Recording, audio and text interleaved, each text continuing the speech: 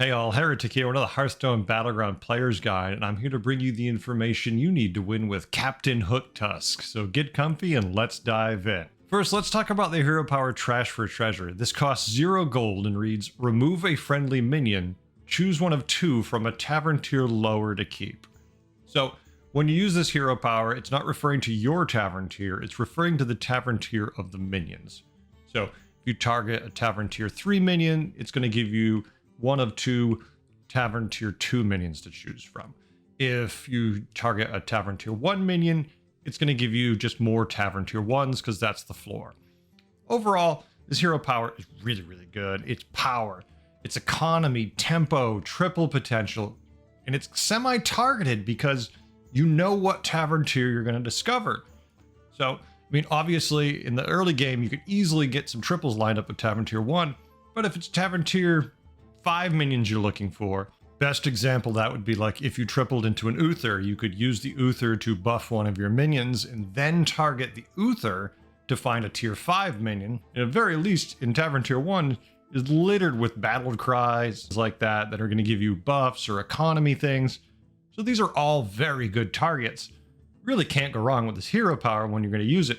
Another thing that's a good thing to keep an eye on as you're going is, let's say you're tier 4 and you're thinking about playing some different things during the turn. Maybe the first thing you should do, because you already have a pair lined up, is hero power one of your other minions to see if that gives you a triple. Because maybe now that you have that triple in your hand, maybe now instead of buying some minions, you tier up, you play that triple, and then you get the tier 6 minion.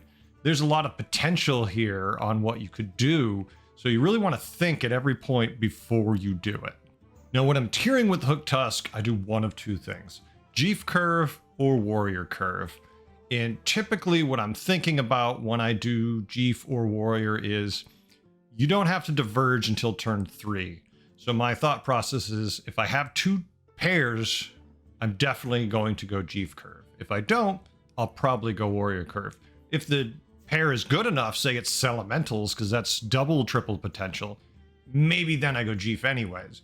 But it really depends on, who I'm fighting, what's in the shop, and what my options are. But those are the 2 lines I usually use to decide which tiering method I'm going to use. Now, the minions and the strats I like to use when I'm playing Hooktusk really can be anything. I mean, you're not limited to any one tribe. Pretty good with everything because the nature of the hero power, you can discover semi-targeted what you want. That being said, I kind of feel like mechs are one of those families that don't super benefit from this hero power, just because there's not a whole lot of battle cries to use. So there's not a whole lot of synergy that you're going to get real advantage of in that. You can get economy and other discoveries, but it's just not quite the same. That being said, all battle cry minions in general are good for this hero. You get the effect of the battle cry, and then you immediately hero power, and now you get another minion, potentially the same battle cry over again in the case of tier 1 minion. When you were looking at the families to use, these are just a couple examples of things you can do because really Hook works with everything.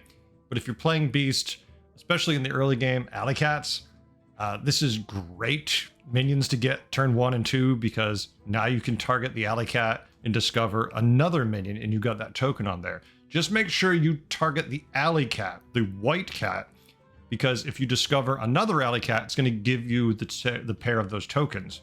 So you're more likely to find a triple this way. So always start hero powering the Alley Cat. Don't hang on to that triple, trying to set it up too long. If you can't find it, don't worry about it. Start, targeting the token and move on if it doesn't get there.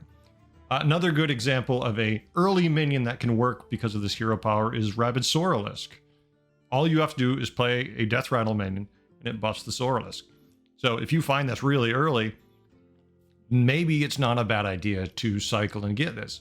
Typically, we're not really spending any time on tier 2, but if this is the angle you want to take, this is a minion that can grow and carry you through the mid game relatively easily. Another option you can go is Wrathweaver. If you want to play demons, if you have a couple Wrathweavers in the shop, hey, maybe you have 3 and you're ready to go nuts. This is a good option too, because you're going to discover a lot of these in the demons that buff them because of the nature of the hero power, especially if you keep targeting tier 1 things. So you really can grow them really fast. Myself, I don't care for the Wrathweaver. I don't like it when my minion hurts me, but in some tiers, this can certainly work, especially when you get a lot of them at once. Probably my favorite of a scaling type minion would have to be Nightmare Amalgam. Reason for that being is you're going to be constantly hero powering minions of many different tiers that will give many different buffs. Amalgam can take them all.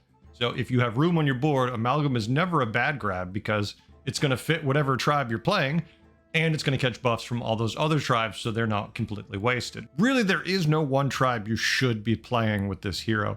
It's whatever the board is giving you. If Bob is giving you all the Naga, play Naga. You're going to happily be able to target, especially low tier minions, to find more spellcraft or blood gems or coins. There's so many ways you can make every tribe work with this hero.